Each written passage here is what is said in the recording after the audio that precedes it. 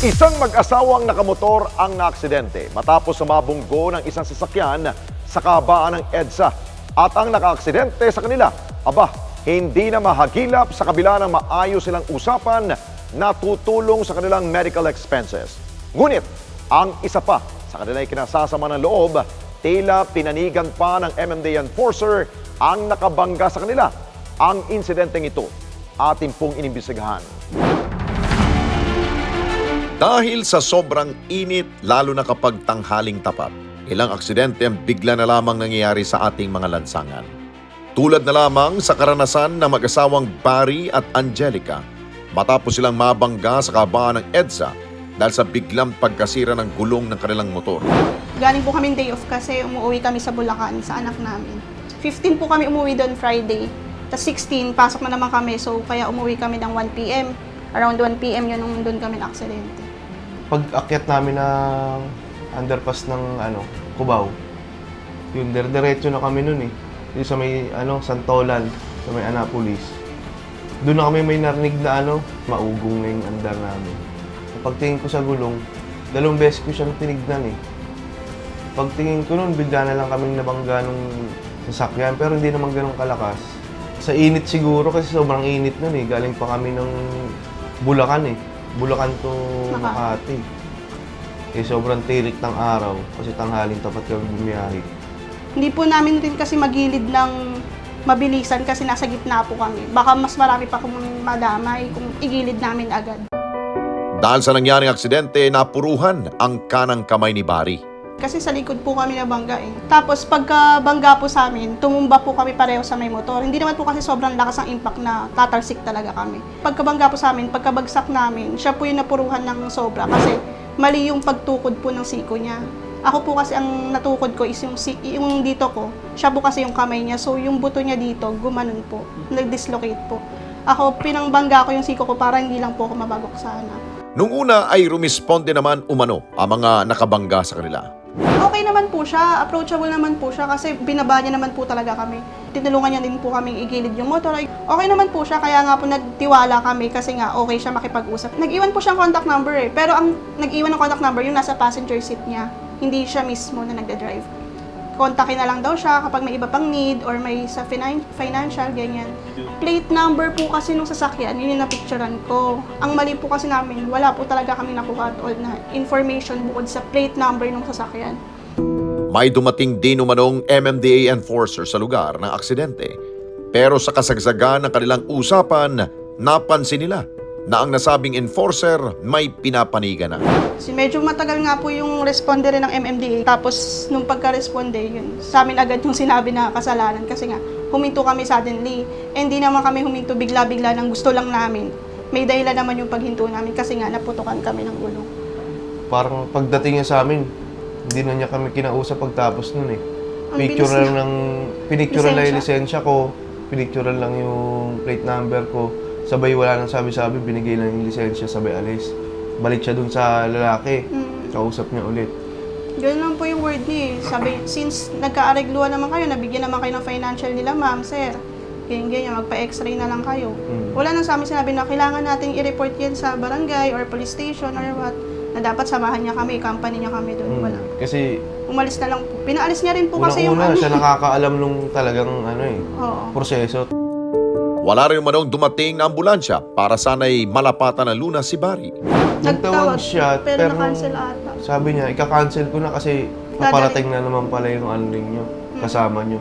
Dapat aantayin namin siya na option na ka-cancel ko na lang ha. Kaya sabi niya, ka-cancel na niya kasi aalis na rin na siya. Talagang kaming nabangga po, naiwan po kami sa location na yun. Matapos na matingnan ng mga espesyalista si Barry, agad nilang tinawagan ang naka-aksidente sa kanila. Yun nga po, medyo malaki yung bill na nagastos namin doon. Kakagaling lang po kasi namin ng sahod noon. Naubos po lahat, so wala po kaming pambayad ng bills noon, mga budget, ganyan. Tinawagan ko po, so ang sumagot yung nasa passenger seat, na hindi mismo yung driver. Na humingi po ako ng tulong kahit kung magkano po yung ibigay, kahit kalahati man lang, para lang mabawi namin yung, or may pang-budget kami nung araw na yun. Ang sabi lang po tatawagan ko po muna yung boss po yung tawag niya, yung boss namin. Siguro po yung driver po yung tinutukoy niya. Sinabi ko po sa kanya yung amount, tas kung ano mga ginawa sa kanya. Kung gusto po, sabi ko kung gusto niyo po ng resibo or yung mga medical expenses dito sa hospital, pwede ko naman po ipakita kasi meron akong copy. Ang sabi po, hindi po sumasagot yung boss namin. Baka po tulog na kasi mga 9 PM na nga po yun. Pwede po bukas na lang ng umaga. Mga 8 AM, nagising ako maaga, tinawagan ko po ulit. Hindi na po sumagot nung araw na yun. Ring na lang po ng ring siya. Parang inaantay na lang mamatay yung call. Tinetext ko rin po na baka po pwedeng makipag-communicate kayo kasi ganyan, nakipag-usap naman kami ng maayos. Nakipag-usap rin po kayo na maganda po kayo kausap, na tawagan po kayo pag may kailangan kami, ganyan-ganyan.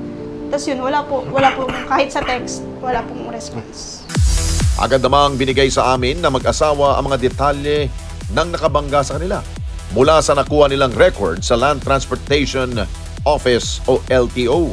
At para makuha ang panig ng inirereklamong motorista, bagamat limitado ang detalye na aming hawak, nagpa siyang responde team na hanapin at sadyain ng bahay na nakabangga sa mag-asawa.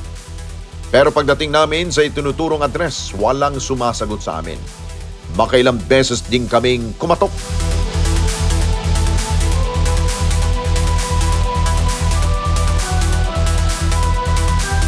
Tila walang tao sa nasabing bahay. Sinubukan din namin silang tawagan, ngunit tumanggi silang humarap sa responde team. Kalaunan, nagbigay din sila ng kanilang pahayag. Anila, tinulungan naman nila ang mag-asawa na itabi ang kanilang sasakyan at tumawag ng MMDA traffic enforcer. Nagpatawag din umano sila ng ambulansya, ngunit tumanggi ang mga biktima. Nagbigay din umano sila ng 2,000 pisong pampagamot. Bago rin umano sila naghiwalay ay maayos sila nagkausap ng mga biktima. At dahil dyan, pinayuhan din sila ng kanilang abogado na wag na nila itong pansinin. Agad din kaming nakipag-ugnayan sa MMDA upang iparating sa kanila ang reklamo ng mag-asawa tungkol sa kanilang enforcer. Kahit hindi pa enforcer, as a human being, pag tayo ay nakakita ng aksidente at merong casualty na sugatan, ang pupuntahan po natin agad is yung sugatan or kung sino po yung mas malubha. We could have attended first dun po sa nakamotor. Dahil kita naman natin, based on the reports of the photos shown, na nakatumba po yung motor, naipit po yung paa nung rider or probably yung angkas po niya. And kung talagang kinakailangan ng medical attention or immediate medical relief, tinawag po ito para magkaroon ng ambulansya at marespondehan po ito. But then again, as a proper protocol when it comes to mga road crashes or mga road accidents, both po yan dapat inaalam at kinukunan ng statement kung ano po ba ang nangyari. Kasi from there, saka natin malalaman whose fault is it. Isa yan sa mga nagiging isang problema when it comes to mga traffic incidents po natin or mga traffic accidents. Kasi yung iba nagkakaroon na tinatawag na amicable settlement. But then again, an amicable settlement should have at least a document to prove it. Kasi nga, yan yung iniiwasan natin yung mga verbal settlements. Kasi pwedeng, tulad po nangyari dito, pwedeng mangyari dyan, sinasabi ng isang side, ng isang panig, okay na, nagbayad na po kami, inabutan na namin ng 1,000, clear na. On that day, yun ang napag-usapan. But we don't have any documents to back that up. So, paano natin malalaman kung totoo man yan? O tulad ngayon, yung biktima o yung na-aksidente na na-ospital, sinasabi niya na may ibang usapan sila. Which is, it should have a basis Dapat meron po sila naging kasulatan. Hindi to kinoconsider na maliit na aksidente. Meron pong nasugatan, meron pong na-ospital. So, there is a casualty. There should have been a report or at least man lang a salaysay ng traffic enforcer on what really happened. And dapat po ito nagkaroon din kahit papaano ng police report. Isa po yan sa responsibilidad din ng ating mga traffic enforcers na once there's an accident or there's a settlement involving, lalo na po, may kaperahan na involved, at least man lang merong kasulatan na stating kami po ay nag-agree on this such settlement. Then after that, witnessed by the enforcer, then signed by Vehicle 1, Vehicle 2. If we're just going to base it on this report itself, meron pong kakulangan dahil unang-una sinasabi po ng ating enforcer na mayroon pong amicable settlement. So ngayon, ang hinahanap po natin, at least a document. Ngayon, pag wala, what went wrong? I would suggest po, para kahit paano matulungan din po natin yung nagrereklamo po, they could launch a formal complaint with a paper trail para maimbestigahan po natin kung ano nangyari.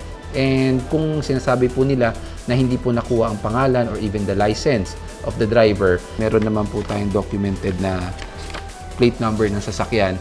Ayon pa sa opisyal, kasama rin sa kanilang iimbestigahan ay kung may pagkukulang ang kanilang traffic enforcer sa pagsasagawa ng kanilang tungkulin.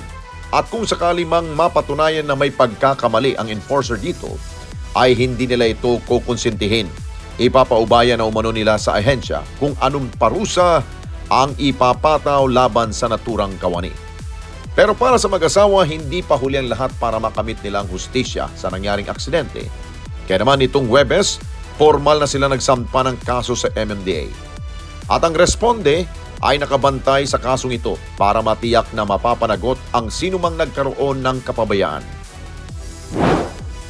Ating tandaan, para makaiwas sa anumang disgrasya sa lansangan, pairalin ang disiplina at pagbibigayan dahil ang lahat ay may karapatang gumamit ng ating kalsada. Mga karesponde natin dito sa Net25, umabot na po ng 1 million subscribers ang ating YouTube channel. Kaya naman, masaya kami na ibahagi sa inyo na natanggap na natin ang YouTube Gold Play button. Dahil po yan sa walang sawa ninyong pagtangkilik sa mga programa ng Net25, lalong-lalo na po sa Responde Mata ng Mamamayan. Kaya naman, congratulations po sa ating lahat. Keep on sharing, mga karesponde. Gawin nating viral ang bawat content natin ng pagtulong at pagresponde sa higit na nangangailangan. Maraming salamat po sa inyong lahat.